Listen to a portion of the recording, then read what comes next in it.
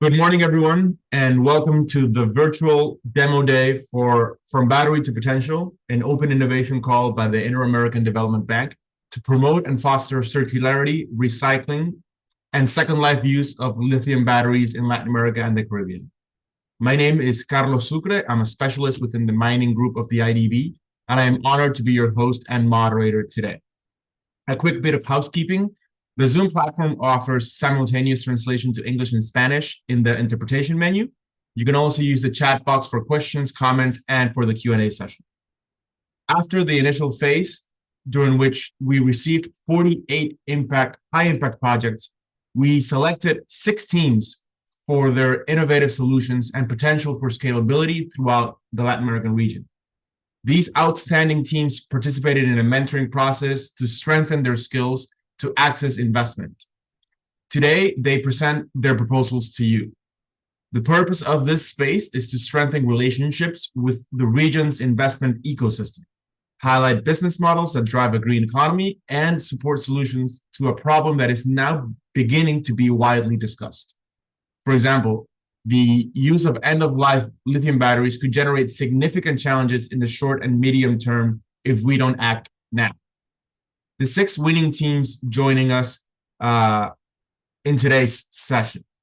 These deep tech projects, all conceived and developed in Latin America, feature minimum viable products that solve various problems related to battery circularity, from the initial diagnostic to identification of their health status to make better decisions about their reuse and recycling, to processes and technologies that enable a second life and or recycling. These teams are CDB from Colombia, Forte Green Life from Costa Rica, Batex from Colombia also, DPAS from Chile, Quantum Batteries from Bolivia, and Altero from Colombia, who cannot join us today. From all of us at the IDB, we sincerely appreciate your attendance at this event and extend a special recognition to all the venture capitalists, private companies, government agencies, and non-governmental organizations that are joining us today, and that, like the IDB, are promoting business models in energy, climate, and mobility based on their mission and purpose. Joining us today are the Embassy of Canada, the United Nations Industrial Development Organization, UNIDO, the Columbia Center on Sustainable Development, CCSI, SVX, Aplocaya, Cente Ventures, Impacto Capital, Draper Startup House, Fondo Acción, Savia Ventures, Antarctica Ventures, Proesa Ventures, Avalancha Ventures, Connecting the Dots, CapShift, Tech Energy Ventures, Suna Ventures, SQM, Ferter, Bancolombia, Distelub, Akron, and Proyección Futura. Thank you all for joining this initiative and daring to explore the future solutions already present in our community. Our demo day is divided into 3 sections. First, a presentation by CCSI, our partners at Columbia University. Second, pitch presentations and a Q&A session from each of our winning projects, and breakout rooms. Next, we'll give the floor to CCSI and hand over moderation to Laura, who will share a brief presentation on CCSI's research on critical minerals in 3 regions worldwide, including Latin America and the Caribbean. Laura Garcia Cancino is a senior legal researcher at the Columbia Center on Sustainable Investment, a joint applied research center of Columbia Law School and the Columbia Climate School that works to strengthen the sustainable development potential of international investment and to ensure that international investment is mutually beneficial for investors and the citizens of recipient countries. At CCSI, Laura focuses on leveraging law and metrics to address climate change and decarbonization challenges and accelerate the energy transition. Her expertise encompasses the governance and decarbonization of critical minerals, supply chains, and industrial decarbonization of hard-to-abate sectors. Laura is a lawyer from Universidad del Rosario in Colombia, with a master's degree in international energy from Sciences Po and an LLM in energy and environmental law from Georgetown Law Center. Additionally, she specializes in energy and mining law and sustainable development from Universidad de los Andes in Colombia. CCSI, in collaboration with Columbia Engineering and commissioned by UNIDO's A2D facility, recently completed a market assessment of technological innovation in mid and downstream segments of critical mineral value chains across 30 developing countries, including 8 in Latin America. The assessment identified key enablers of innovation, such as legal and regulatory frameworks, financing mechanisms, and R&D initiatives, while revealing institutional, financial, technical, and policy areas of improvement. Today, Laura will present key findings from their market assessment on enabling environments for innovation in Latin America and the Caribbean, highlighting the challenges and opportunities the region faces in fostering technological innovation related to products and materials derived from critical minerals. We thank Columbia. With that, I'll pass it on to Laura. Thank you, Carlos, and good morning, everyone. Just let me see if...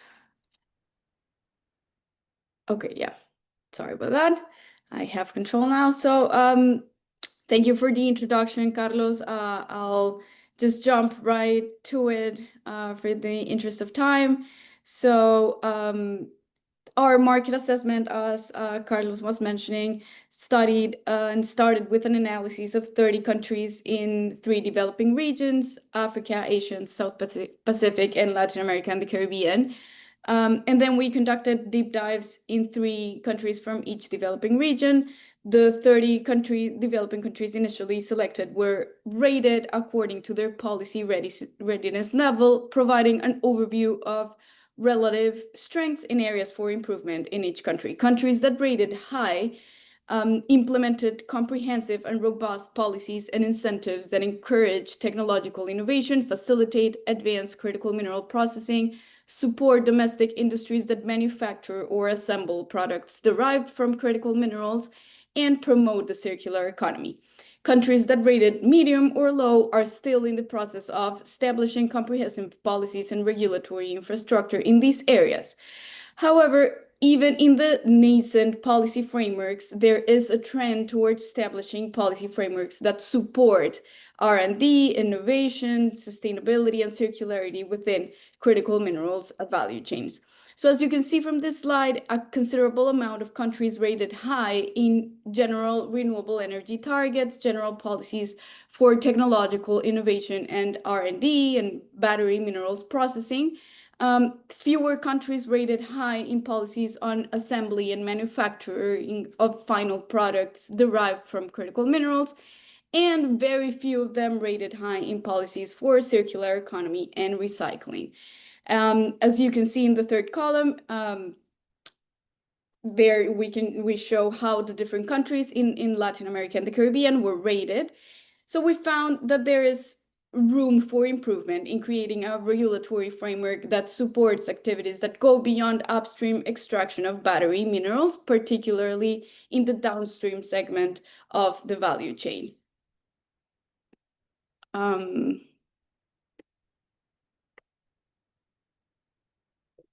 Sorry.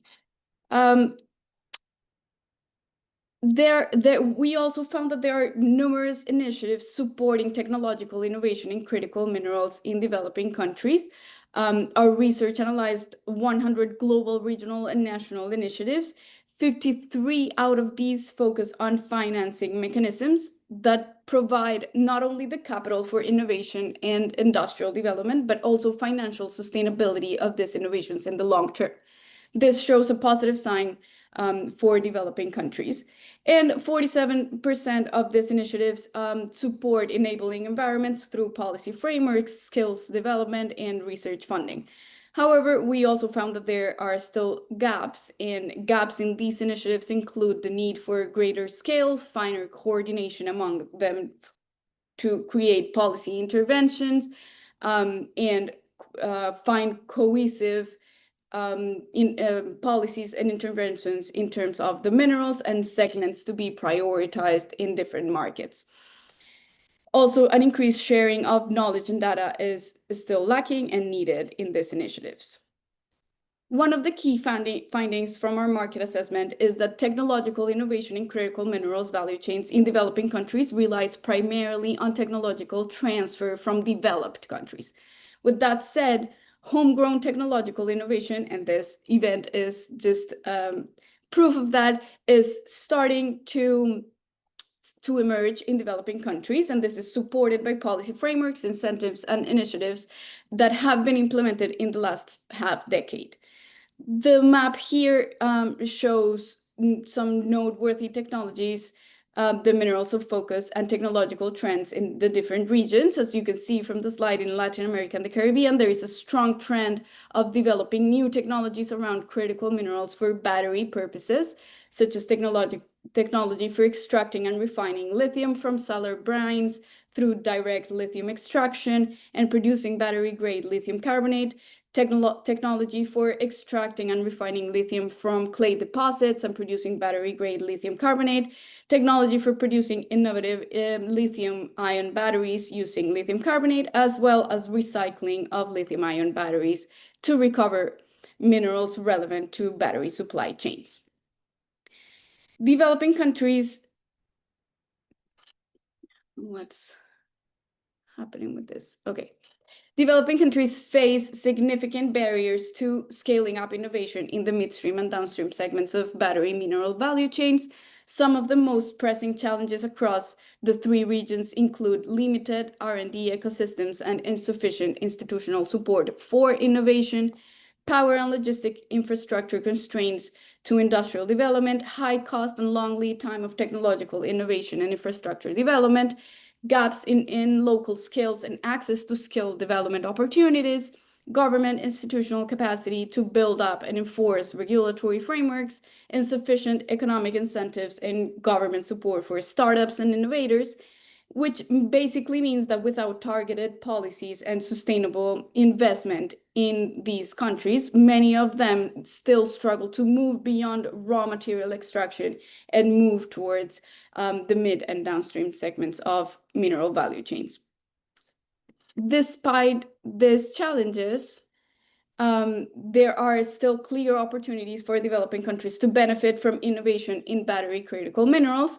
So in countries with primary mineral resources, where there is availability of critical minerals, there is an opportunity to leverage the existing upstream industry, technology, infrastructure, workforce, and skills for vertical integration across the value chain. In countries with limited primary mineral resource, where there is not any availability of critical minerals, investing in downstream processes and assembly is a good opportunity. Other more general opportunities include implementing already available and proven technologies at higher TRLs in developed countries through knowledge, skill, and technology transfer, adapting technologies to local conditions and constraints, and improving their operational efficiency, using innovative financial mechanisms such as public-private partnerships to support technology solutions in critical mineral supply chains, developing policy and regulatory frameworks that enable innovation in these segments of the value chain,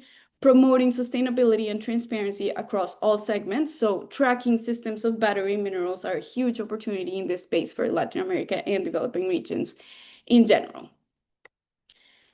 Out of the three developing regions, we found that Latin America and the Caribbean has significant strengths when it comes to innovation in critical minerals for batteries. Regarding long-term sustainable finance, the region is strong in providing financial incentives in the form of tax rebates and exemptions for companies working in the mid and downstream segments. There's also strong multilateral development bank support, so IDB programs and IFC loans. There's also multiple industry-led initiatives to coordinate different stakeholders, such as mining hubs in the region. And when it comes to policy and regulatory frameworks, the region is strong in having robust R&D frameworks and programs, and good policies advancing SDGs 1, 7, and 13.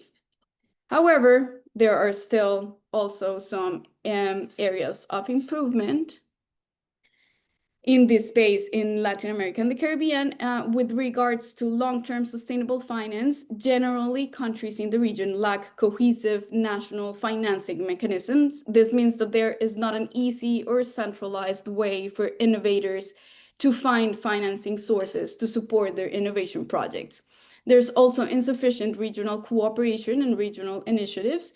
We can clearly see from this call that there is great potential in several countries from the region, but there are not enough regional initiatives to tap into these potential. The high cost and long lead time of technological innovation is another area of improvement. And in terms of,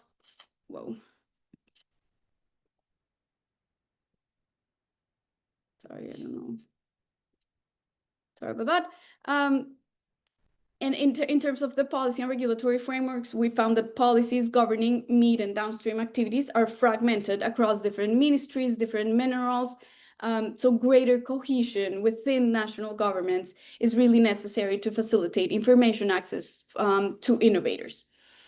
Also, the region is lagging in stringent circular economy policies focused on critical minerals and policies advancing SDG 12.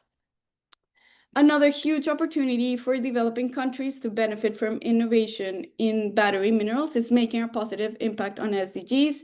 These activities in the midstream and downstream segments have great opportunities to advance SDGs such as poverty eradication, sustainable industrialization, climate action, gender equality, affordable and clean energy, circular economy models, and life on land. Let me just end this presentation by sharing with you 10 recommendations that we suggested to accelerate innovation in mid and downstream critical mineral value chains. International support to developing country governments and stakeholders in the innovation ecosystem should be increased, including through technical assistance, capacity building, and policy advice. International and regional organizations and development finance institutions should build on initiatives for the enabling environments and specific innovation projects. Global multi-stakeholder platforms, such as this forum, should be created and strengthened to coordinate different initiatives, foster collaboration between different stakeholders, and share knowledge and data on technological innovation in this space. We should also ensure that there's continuous gathering and transparency analysis of data regarding innovation.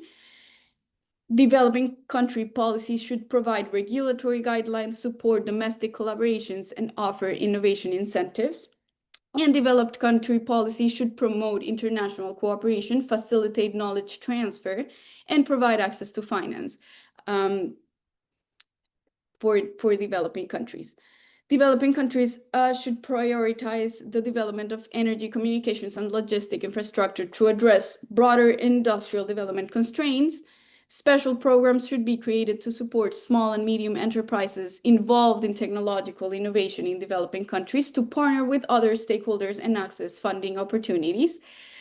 Policymakers should incentivize circular policies and practices through regulations, incentives, and innovation funding. Industry-led initiatives to coordinate mining value chain stakeholders around common challenges and priorities for innovation should be encouraged. And besides fostering technological innovation in developing countries, international organizations and governments should put in place regulatory and financial conditions to facilitate technology transfer from companies based in developed countries. Thank you so much for your time. I hope these findings are useful for you. And if you want to learn more about this report and all of the findings specific to the region of Latin America, please feel free to go to our full report in our website or contact us, follow us, and thank you so much. Thank you, Laura, so very much. We'll make sure that our that your contact information goes on to all event participants. And thank you for your research and the very valuable presentation. With this key information in our back pockets, we are now ready to begin the pitch section of our demo day. First, some notes on the structure of the pitch section. The pitches will have 3 sections based on each project's current access to funding. Each pitch will last 3 minutes. At the end of the 3 minutes, Jessica Ramirez, my colleague, who will moderate that section, will announce time, and an additional 10 seconds will be granted. Attendants may ask questions for a maximum of 5 minutes per team. We will take up to 3 questions from the audience per pitch, and you can either raise your hand to participate or post your questions in the chat or in the Q&A section underneath. We will address the questions not previously answered during the breakout rooms. Are we ready to begin? Okay, good. To get to know the teams better, each person will go to the breakout rooms based on their investment thesis, the organization's purpose, and the reason for attending today's demo day. I'll give now the floor to Jessica to begin the pitch session. Jessica. Thank you, Carlos. Morning. Well, we are going to classify our participants into 2 groups based on the level of investment experience their projects have. That means that the first group will be called Initial Exploration for Investment. Quantum, you're up. Go ahead, please. Thank you. 3 years ago, we started seeing hundreds of electric vehicles and other equipment batteries piling up in our warehouses in Bolivia without a real solution. Today, not only we have solved that problem, we have turned it into a scalable and profitable opportunity. According to the International Energy Agency, by 2030, Latin America will discard over 10 gigawatts of lithium batteries every year. That's a $2 billion market that no one is paying attention to yet. We see 2 major opportunities: a chance to replace those battery packs and a chance to reuse the scattered packs by recovering usable cells to create new second life batteries, integrating our own smart management technology. It means we transform used batteries into profitable solutions for transportation, solar energy, and telecommunications. Our business model includes new and second life battery packs manufacturing, providing services like maintenance, repairs, and training shops to provide good quality service for batteries, and now just starting with battery as a service with second life batteries. So far, we have produced over 2,000 battery packs and worked with more than 500 clients. Even though we pause exports, our sales have continued to grow in 2025. Now we're focused on building a manufacturing and second life hub based in Chile.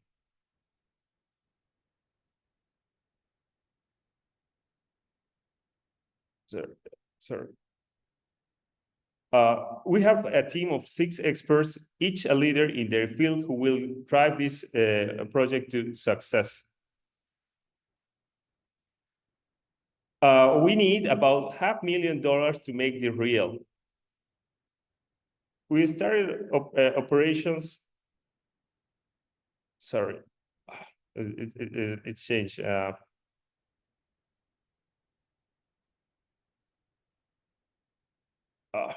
a disaster. Sorry, someone changed the pitch. Could I use my own pitch?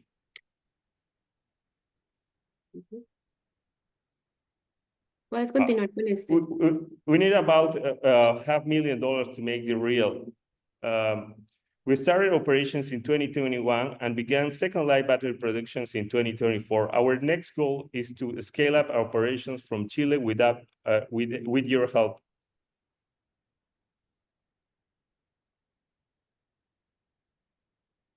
I'm Jose Carlos Marquez, co-founder of Quantum Batteries, the first flexible battery pack factory in Latin America, delivering agile solutions in 2 booming markets: urban electromobility and second life batteries. I invite you to be part of this great opportunity.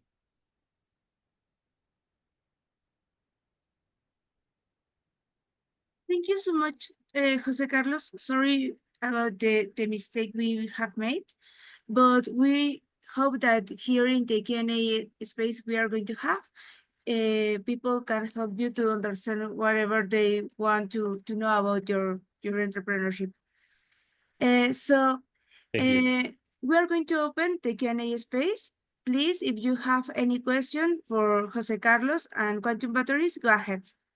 We are going to receive questions in Spanish and in English, please.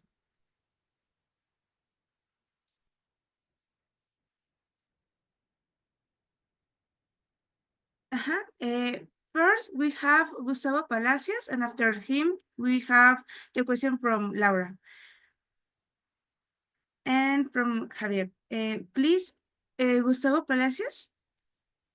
Sí, buenos días a todos. José Carlos, felicitaciones por tu modelo. Una pregunta rápida.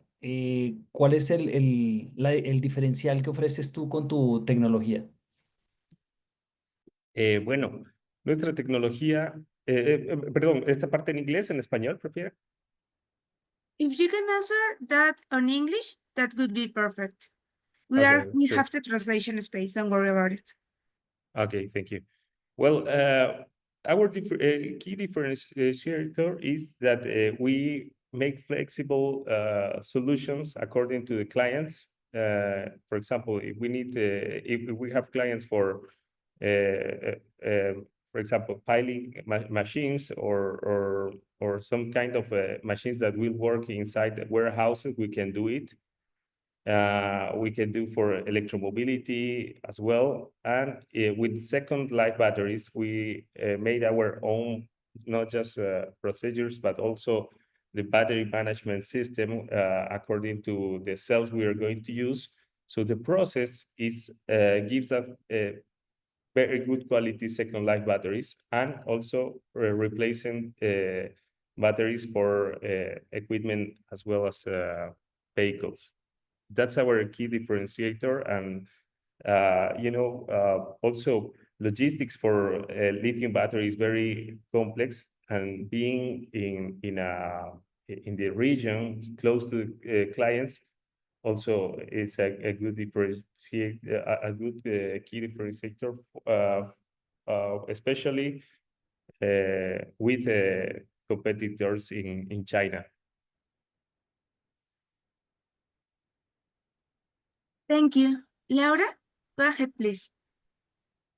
Thank you, Jose Carlos. My question is, you mentioned during your pitch the batteries as a service concept, and I was wondering if you could say a little bit more about this business model and how that impacts your operations.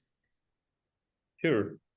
Since some clients are have some problems when you tell them that you can provide a second life battery pack, they are not completely sure about where they are going to be. They prefer, of course, a brand new battery pack.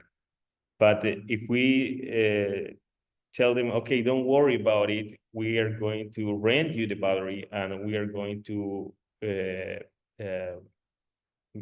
be, in case you need any replacement or fixing it, well, it provides them the warranty and to accept a second life battery. That's why we choose the battery as a service model for second life batteries. That's amazing. Thank you. Thanks. Thank you. Javier? Thank you, Jose Carlos, for the presentation. Can you go through the traction numbers again in terms of like batteries that you have recycled, and also go through the sales and any other traction that you think is worth mentioning? Sure. I have all the control again.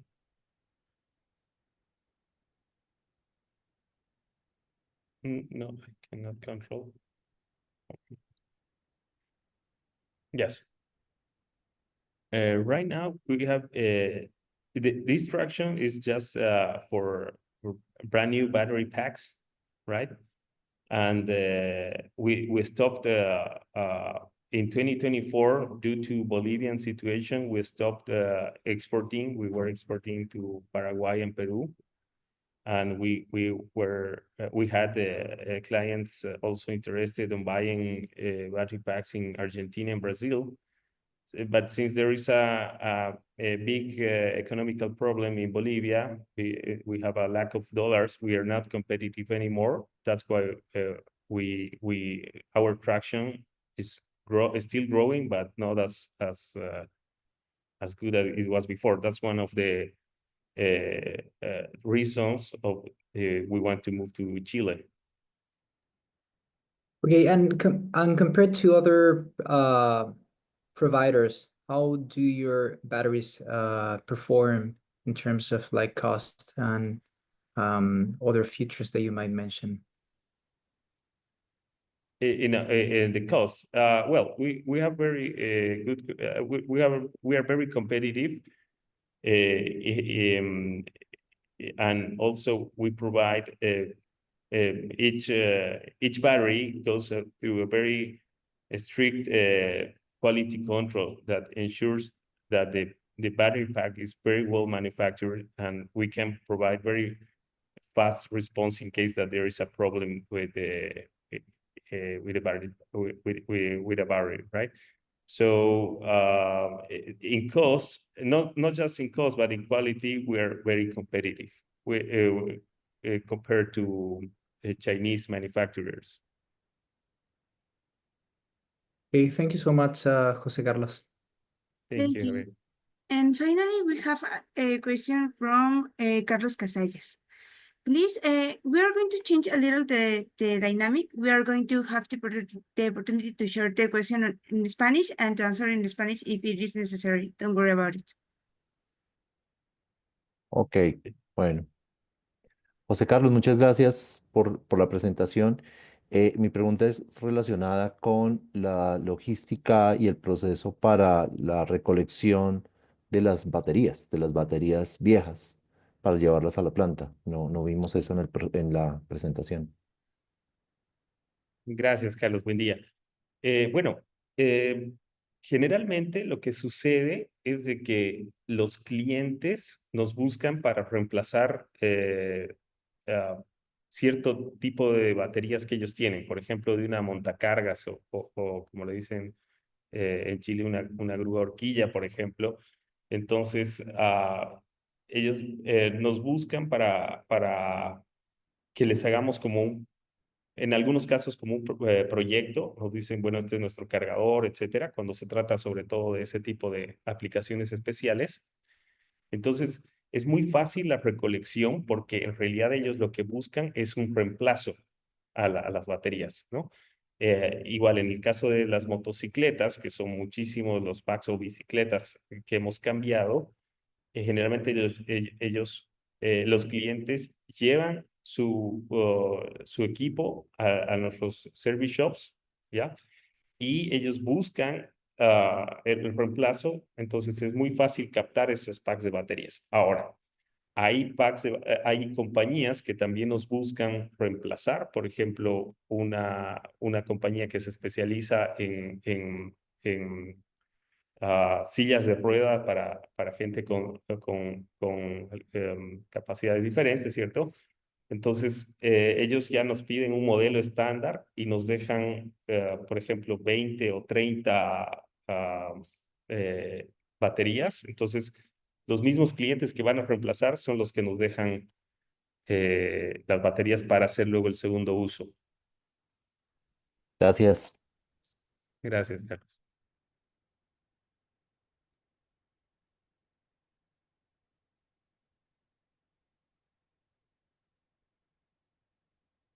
Jessica está sin micrófono. Thank you. Feel free to drop any further question for Quantum in the chat, or if you want to open the microphone, go ahead, please. We are still taking them. So if you have any other question, this is the moment. If it is not the case, we are going to move to the next team, and we are going to open the chatting for the demo day space. Sorry, for the breakout rooms space. Thank you. Thank you so much, Jose Carlos. So we are going with CDB, please. Are you ready? Yeah, I am ready. Thank you. Thank you. We are the Battery Diagnostic Center, and And our market is focused on the diagnostic service of rechargeable batteries for electric mobility and stationary storage system.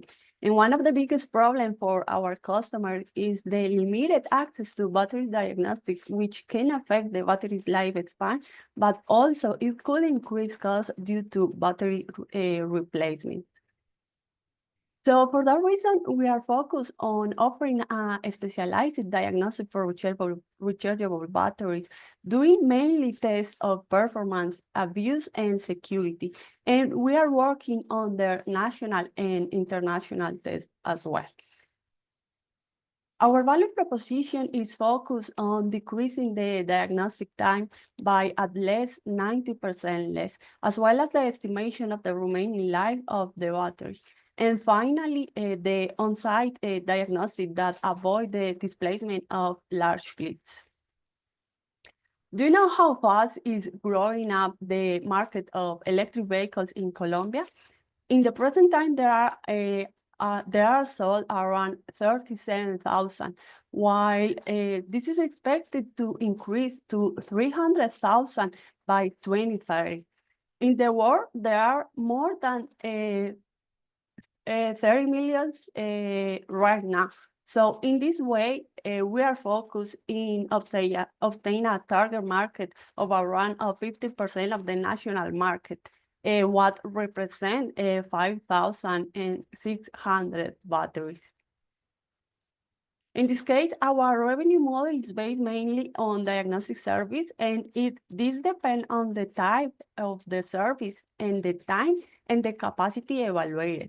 As a reference, the state of health is one of the recurring services that we have, and it has a charge of around $4 per each kilowatt hour evaluated.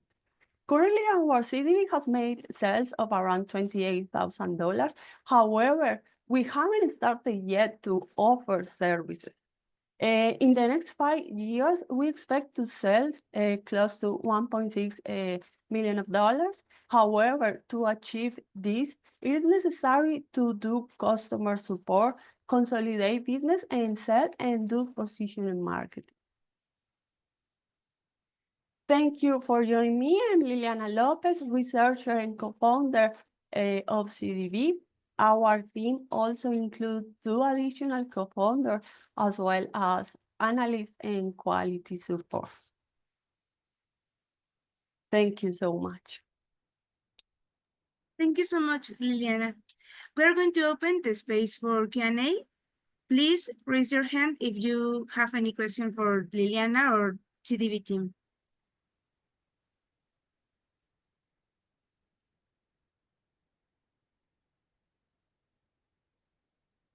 If you have any question, you can also write it in the chat.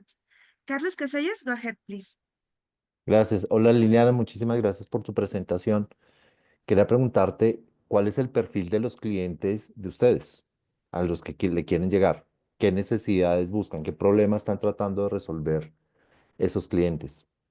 Claro que sí. El perfil de nuestros clientes está, en primer lugar, enfocados a movilidad eléctrica, en segundo, enfocados a sistemas o uso de sistemas estacionarios, ambos en el tema de baterías recargables. Entonces, acá incluimos, por ejemplo, en movilidad eléctrica, pues ahí están las concesionarias, las aseguradoras, ensambladoras. Y, por ejemplo, en el caso de almacenamiento de energía, están las generadoras, los ensambladores de sistemas de almacenamiento de segunda vida, por ejemplo, e incluso también están los recicladores. Y el problema que nosotros estamos abordando es justamente poder dar autonomía a nuestros clientes y poder ayudarlos a optimizar sus procesos logísticos a través del acceso a los diagnósticos especializados de baterías. Listo, muchísimas gracias. A usted. Thank you. Gustavo? Sí, hola Liliana, felicitaciones. Muy interesante lo que estás proponiendo. Gracias, Gustavo. Eh, ¿cómo vas a hacer crecer exponencialmente este centro de servicio? Esa es una muy buena pregunta. Nosotros tenemos distintos aspectos para el crecimiento exponencial. La primera parte que necesitamos abordar inmediatamente es poder lograr una consolidación de nuestro mercado, pero también, como lo mencioné, necesitamos de inmediato iniciar atención al cliente, soporte al cliente, porque, como dije, nosotros todavía no hemos empezado a ofrecer los servicios. Sin embargo, nosotros ya hemos empezado ventas. ¿Cómo hemos empezado estas ventas? Básicamente ha sido por solicitud directa de nuestros clientes. Entonces, definitivamente necesitamos cambiar ese modelo de la forma como estamos llegando al cliente, que no sea el cliente que venga, sino que seamos nosotros quienes lo buscamos. Pero además de esto, obviamente tenemos que hacer una correcta consolidación de nuestros modelos de negocios, de ventas y por supuesto de marketing. Gracias. Thank you so much. We have a few questions from Jorge Vélez. He asked, ¿cuesta lo mismo el diagnóstico independiente de la química de la batería y de su uso? Sí, mira que cuando mencionaba en el revenue model una relación de $4 por kilovatio hora, y ahí dije específicamente con relación a uno de los servicios más vendidos, que es el estado de salud, usándolo como ejemplo.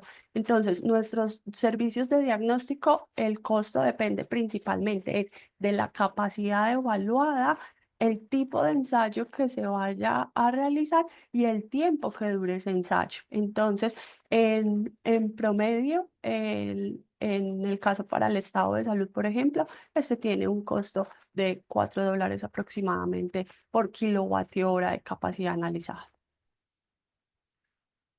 He also asked, ¿están en capacidad de predecir vida útil estimada? Sí, súper buena pregunta. Es correcto. Nosotros trabajamos con nuestros propios modelos electroquímicos. De hecho, esos son los que nos ayudan a disminuir tiempos de diagnóstico, pero tenemos además nuestros propios modelos predictivos. Estos modelos predictivos son los que nos ayudan a determinar cuál será la vida útil o remanente que le quedará a la batería, que eso es uno de nuestras grandes propuestas de valor. Thank you so much, Liliana. Do you have any other question?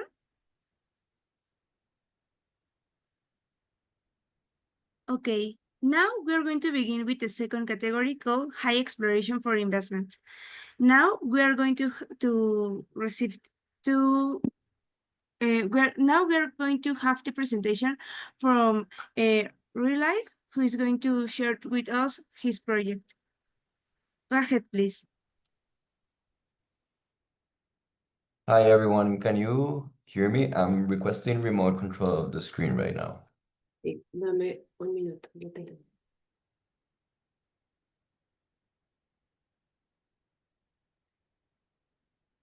Go ahead. I have it already? Yes. Let me see. Okay, awesome. Hi everybody, circular, accessible, and validated energy storage. At Fortec Relife, we recondition electric vehicle batteries for use in stationary storage. So what's the opportunity that we've identified? As our colleagues were saying, more than 200 gigawatts of batteries coming out of EVs by 2030.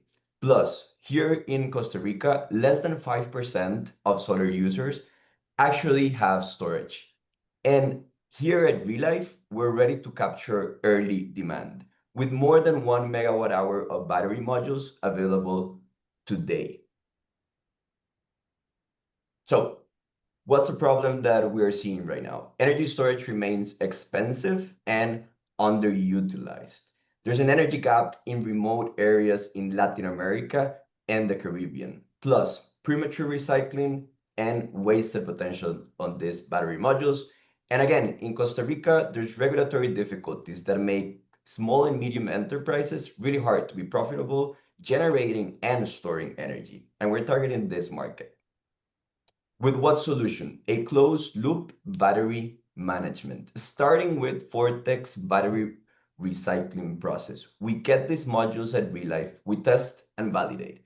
Then we remanufacture them into new system and reintroduce them in the market at safe, certified battery energy storage systems with lifetime cover. And when they truly reach their end of life, we then send them back to Fortec for material recovery. How do we make money out of this? What's our revenue model? This safe, certified battery energy storage system with lifetime cover is going to be sold at around $225 per kilowatt hour. This includes the system installation and monitoring. And for the next 5 years, we're targeting around 4,000 units. We're expecting to create more than $6 million in revenue at a 16% EBITDA. And how are we planning to grow and scale? With established contracts with OEMs and Fortex subsidiary in Mexico. This is the key slide of today. Our unfair advantage: exclusive battery access, direct access to vertical integration, low acquisition costs from internal flow, 100% traceability from origin to recycling, and natural scalability with Fortex expansion. We know we're not the only one looking at this opportunity, but if we take into account the presence in Latin America, plus the control that we have in battery flow, we clearly stand out from the rest. This is the team that's going to take this ship safe to port. Myself, David Picado, Guillermo Pereira, Daniel Rivas, Enrique, and Francisco. We're looking for $1 million in capital. It's going to be distributed in pilots and go-to-market, operations and teams, technical development and certifications, and of course, a reserve and contingency. By year 2, we're expecting $400,000 in revenue on 150 systems in Costa Rica. Thank you. And if you're ready to be part of this first mover advantage in a 200 gigawatt opportunity with a triple impact initiative, join us in powering the future. Thank you so much for your time, and I'm ready to take questions if you want to open your mics, or maybe I can check the chat as well. Thank you so much, David.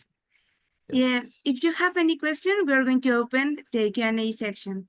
So please go ahead.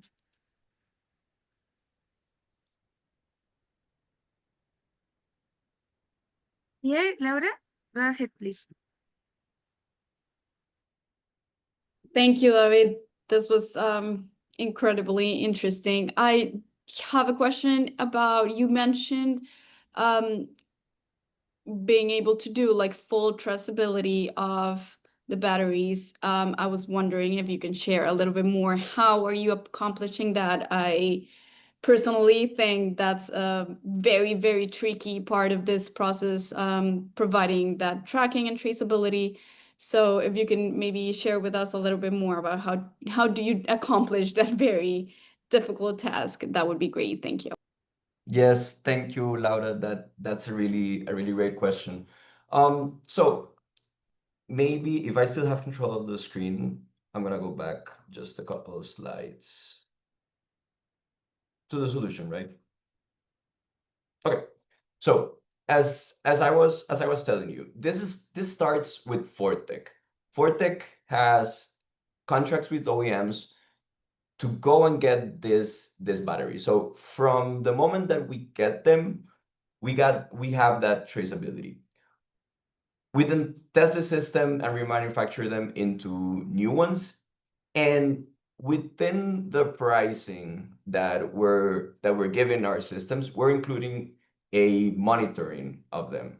So whenever we identify that they are truly reaching their end of life, we have a process of recuperating them and sending them back to Fortec that has the ability, the capability, the plant here in Costa Rica to process these batteries and transform them into reusable materials to create new batteries. So it's truly a circular solution, from the moment that we get the batteries to the moment that we get the batteries again, but at truly their end of life. Thank you, David. Gustavo, please. Sí, gracias, Jessica. David, un gusto, felicitaciones. Gracias. La pregunta que tengo es, ¿cómo te diferencias de la competencia y cómo vas a hacer crecer este modelo? Buenísimo. Should I answer in English? Should I answer in Spanish? I don't know what you guys prefer. Whichever. Okay. I think there's a key component here which I want to mention, and this is I think you hit it right in the point, and it's that we can scale, and we will scale through Fortec, basically. So as Fortec gains more contract with OEMs, we increase our capabilities of producing new systems. So we're being born basically already with an advantage, with a competitive advantage that is this availability of modules for us to use right now to test and validate and remanufacture these new systems. I don't know if I answered the question that you were asking. Thank you, David. Ok, Javier? gracias. Sí. Hola David, ¿qué tal? I'm going to ask you about the yeah. I'm going to ask you about like the expansion of this solution. You're mentioning Fortec as part of your competitive advantage, but that's in Costa Rica and maybe Mexico. How do you expand beyond those two countries? That's a great question.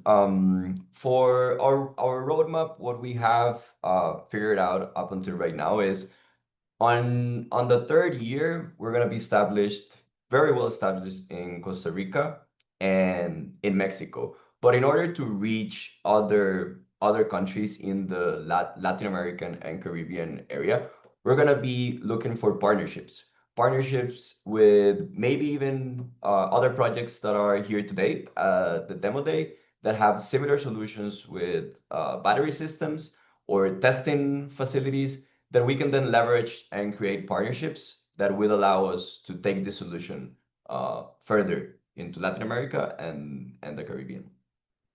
Gotcha. And another question, how does the cap table look like today, and what are the incentives for the people that are pushing this solution forward to stay within the business, and how are you going to manage the relationship with Fortec in the future? Great. So right now, Fortec Relive is born as a spin-off of Fortec. And we're still flexible in terms of jurisdiction in order to receive, for example, different kinds of capital incentives, loans, grants, and we're even open to equity deals. Fortec will remain with most of the control over this spin-off, but we're definitely open to conversations to reach creative solutions in order to mobilize capital into real life.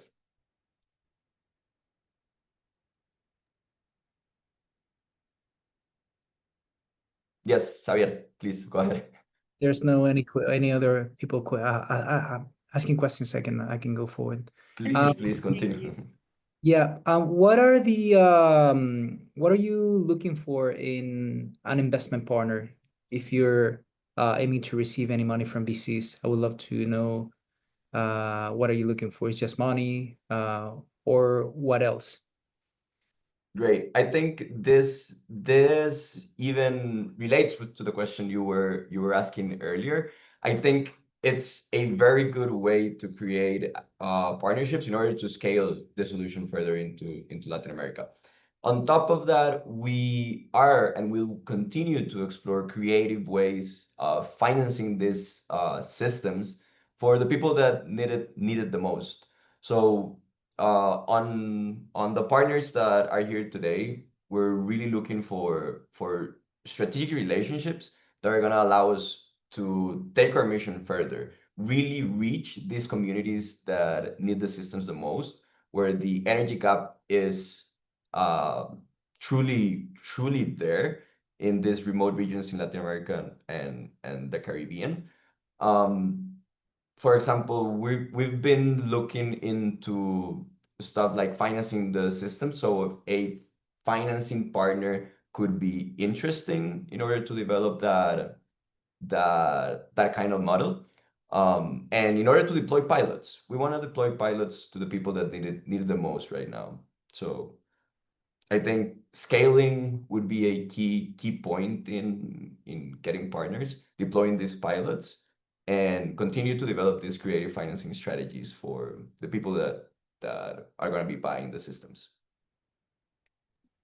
Okay, thank you, David. Thank you so much. Thank you, Javier. Thank you, everyone. We have just a question more, and after that, we're going to move to the next team, okay?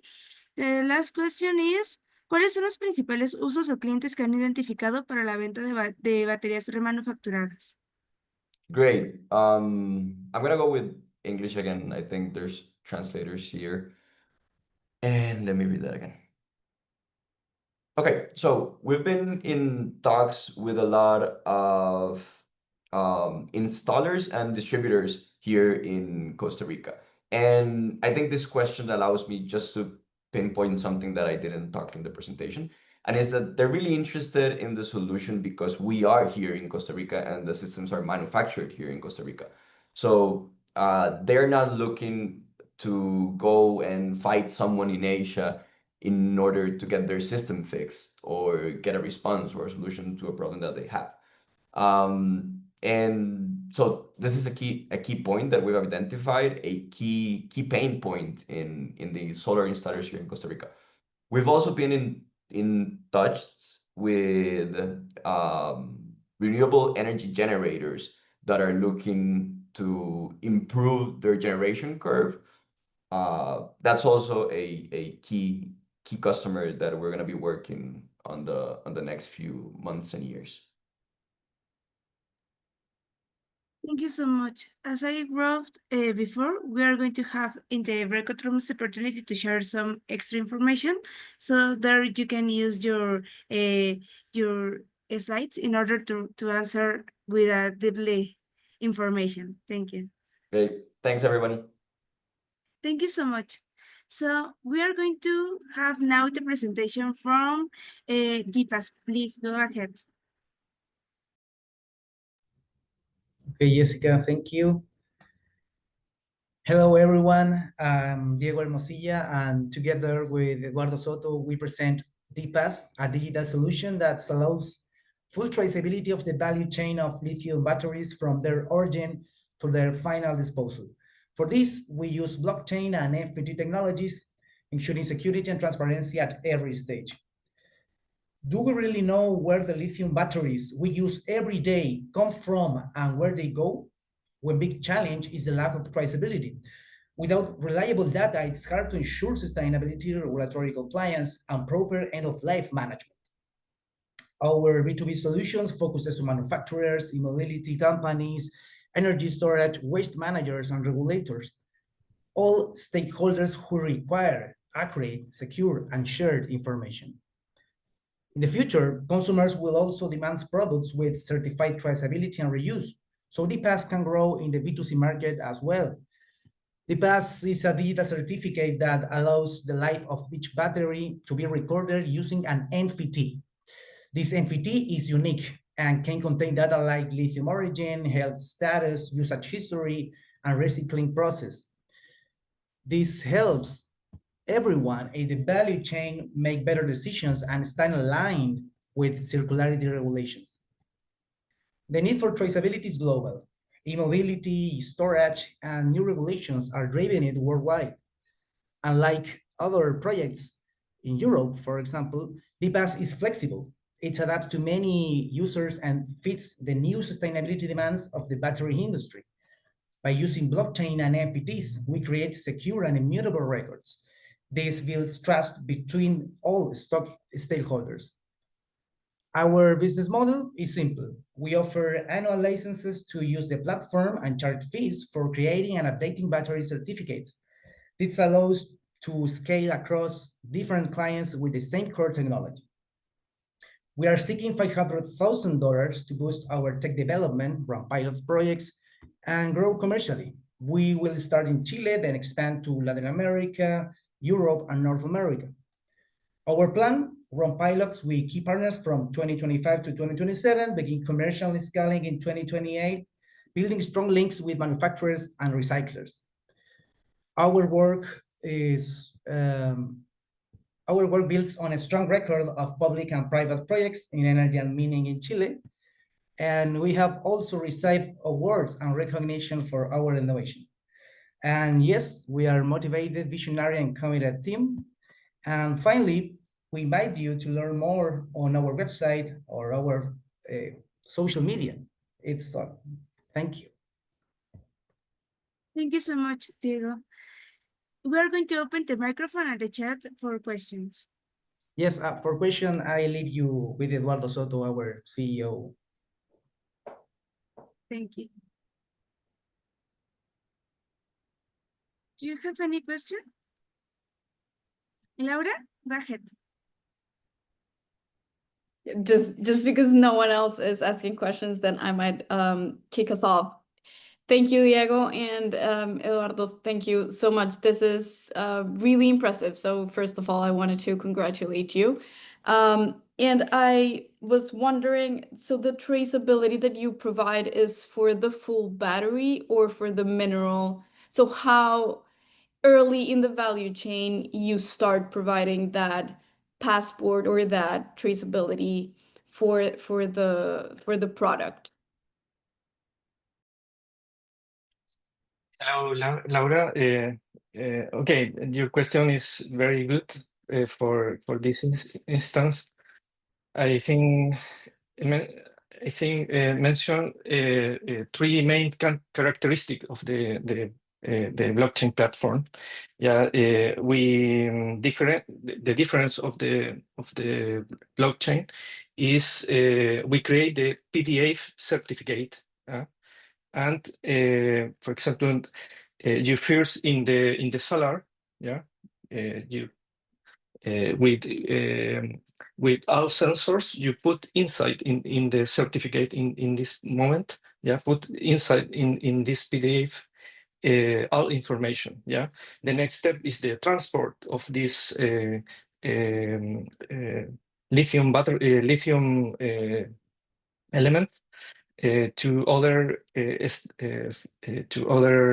company, yeah, and create new PDF, yeah, and new with other history, yeah, other history data, and connect with other and finally you put this information in the batteries, yeah, for example the owner of the electric cars, yeah.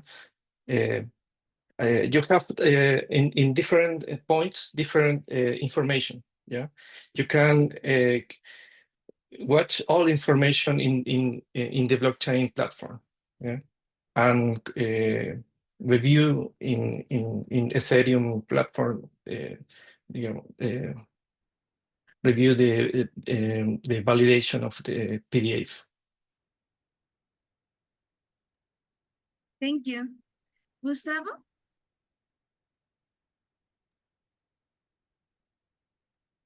Sí, muchas gracias. Eduardo y Diego, los felicito. Un buen modelo, me encanta todo lo blockchain.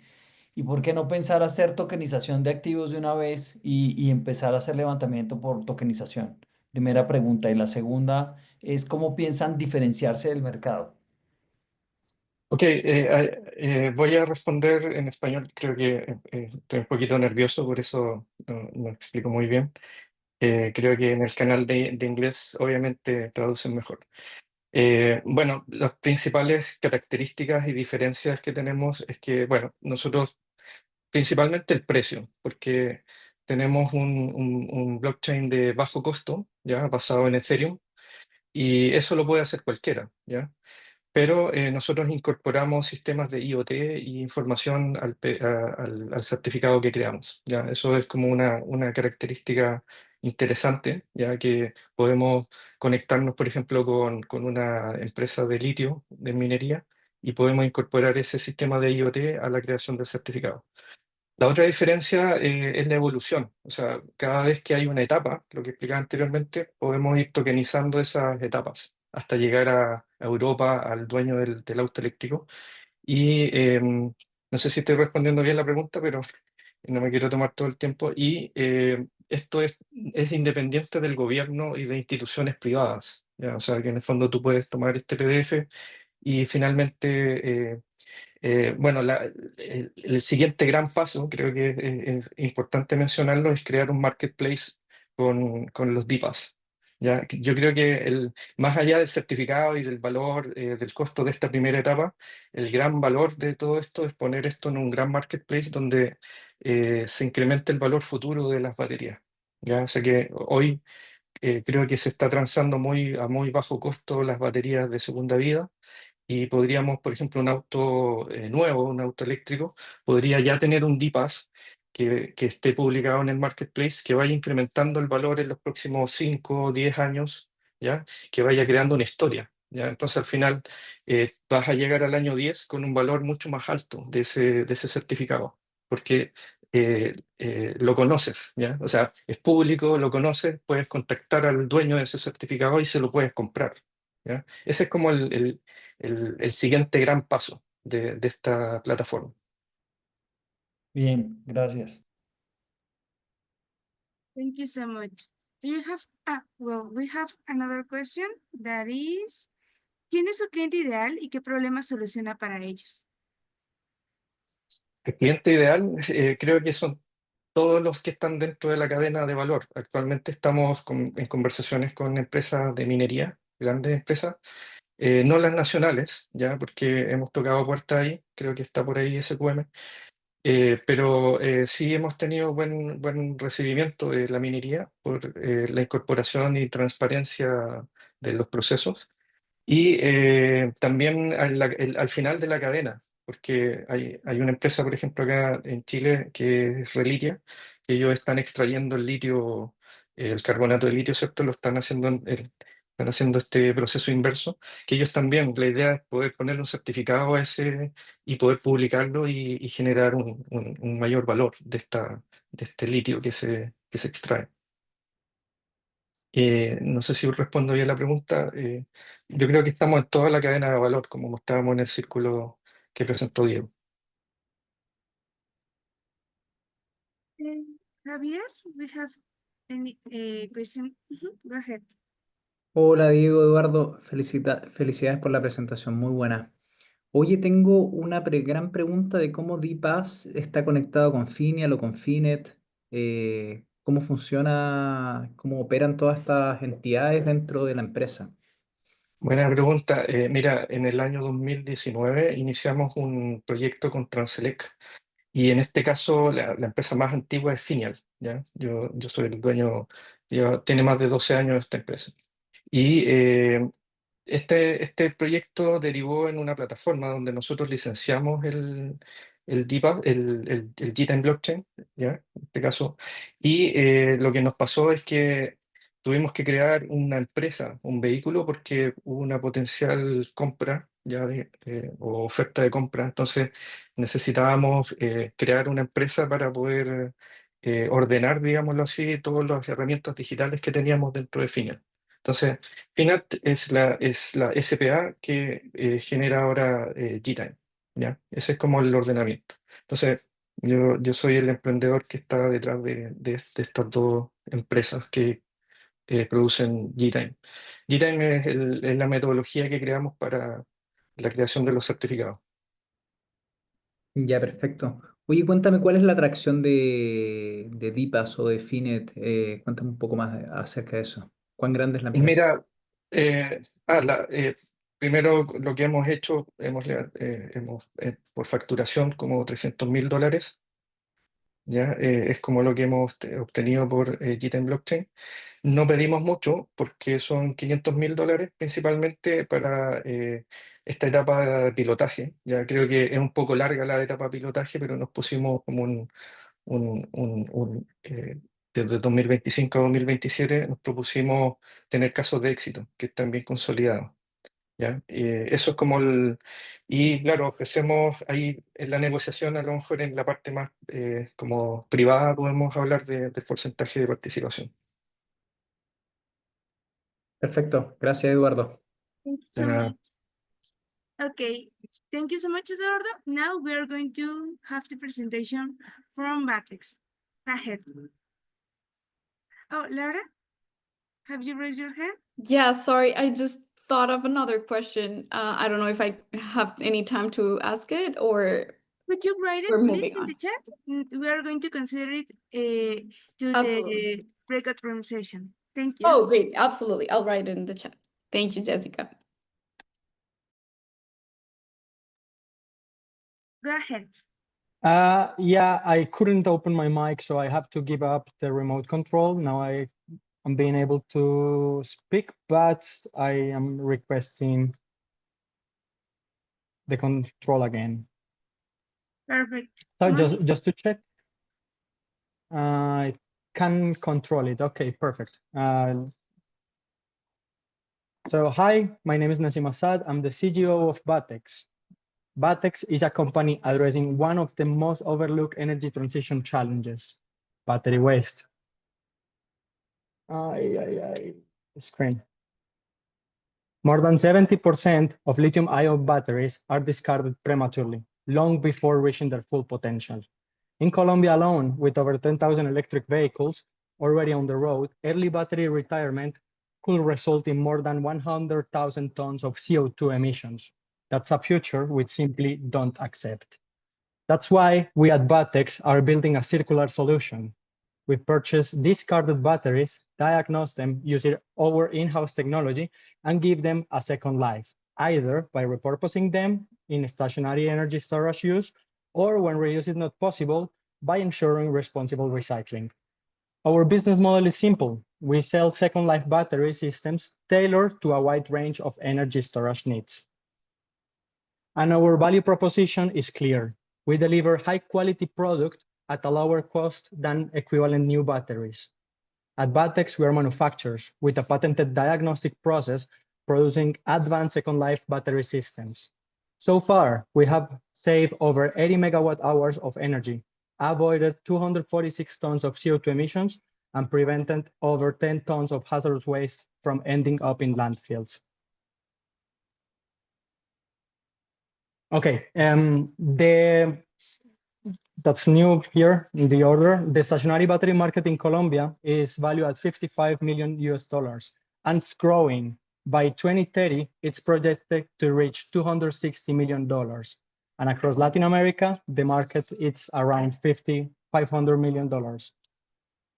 Unlike others, we don't just import or resell batteries. We have an integral solution and we locally diagnose, repair, and design custom systems.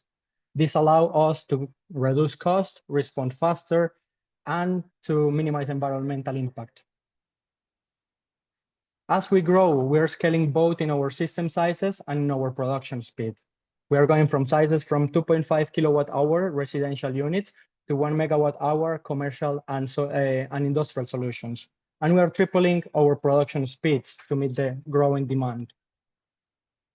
Our team combines legal, economic, political, and technical expertise. Together, we have built Batex from the ground up, and we are supported by a highly qualified team, as well as advisors and mentors with deep experience in the energy and battery sector. We know we can do this alone.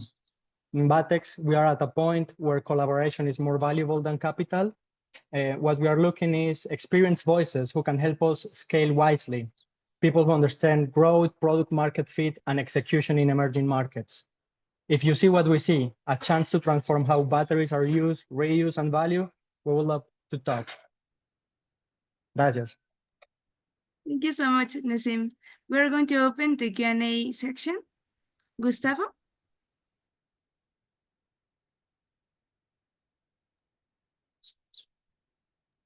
Sí. Nesim, felicitaciones. Un gran proyecto. ¿Cómo van a hacer crecer exponencialmente esta idea y cómo se van a diferenciar para hacerlo crecer? Gustavo, we have I'm going to answer in English, but that's for feel free to ask in Spanish. We have a patented diagnostic process. That's the first thing, it's patented. And the second one, we have already 5 years of experience remanufacturing batteries. Up to date, we have signed some stock. We have some stock and we have some contracts to provide second batteries. That's the first differentiator. We have stock of second batteries we can reuse and resell. And to scale, we are just producing faster, better quality and cheaper.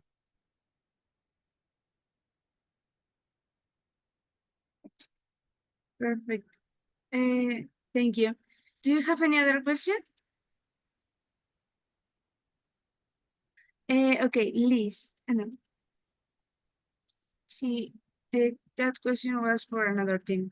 Do you have any other question? If you're not, we are going to move. Yeah, Javier. Hola, Nesim. Oye, te Hola. quiero preguntar un poco acerca de los siguientes milestones para el resto del año de Batex. ¿Cuáles son los milestones y los challenges? Yeah, great question. We have successfully closed an investment round, and with this investment round being closed in 2025, we have some sales milestones. In the next 12 months, we are projected to sell $300,000, and we have to secure contracts in the next year of on the height of $1 million. So those are the milestones, and those are also the challenges, because we have to learn how to sell faster, better, and to sell more. Mónica? Perfecto, gracias, Nesim. Thank you so much. Monica? Have you raised your hand? I think there is a different Monica. Okay, yeah. Sorry. Could Hi. you share to us your name, please? Hi, I'm Bryony. Sorry, I didn't notice this was me. I'm not sure why that's my name. I'm Bryony from Flavia Ventures. Thank you so much, Nassim.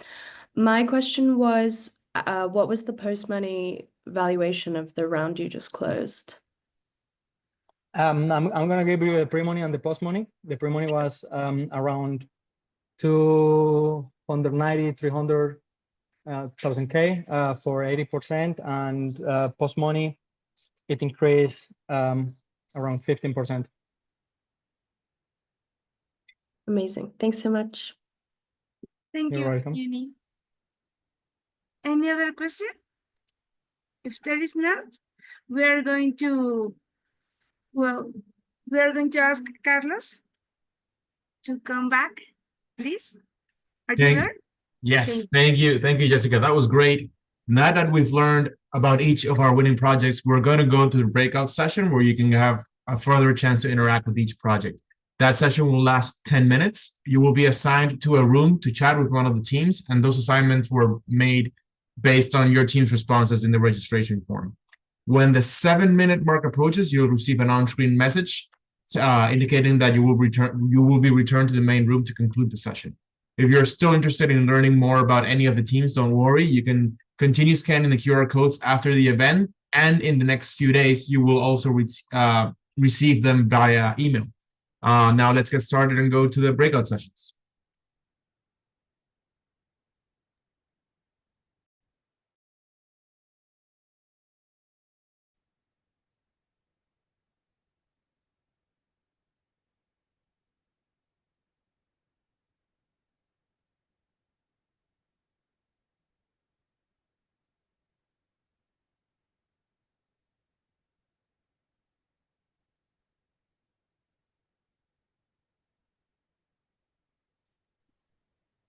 Okay, well, welcome back, everyone. That was intense, and I do hope that you all managed to get the information and context that you were looking for. If not to worry, you will receive a follow-up email with that data. Just to close, many thanks to our winning projects for their presentations, and to all of you who are showing interest in supporting their growth and fostering the development of the lithium battery recycling and reuse ecosystem. We hope to remain in close touch as we continue our work in supporting this market. And we just wish you a wonderful rest of your day and a very restful weekend. Bye-bye. Bye, thank you. Thank you. Thank Bye. you. Bye, have a good day. Bye-bye. Bye. Have a good day. Bye.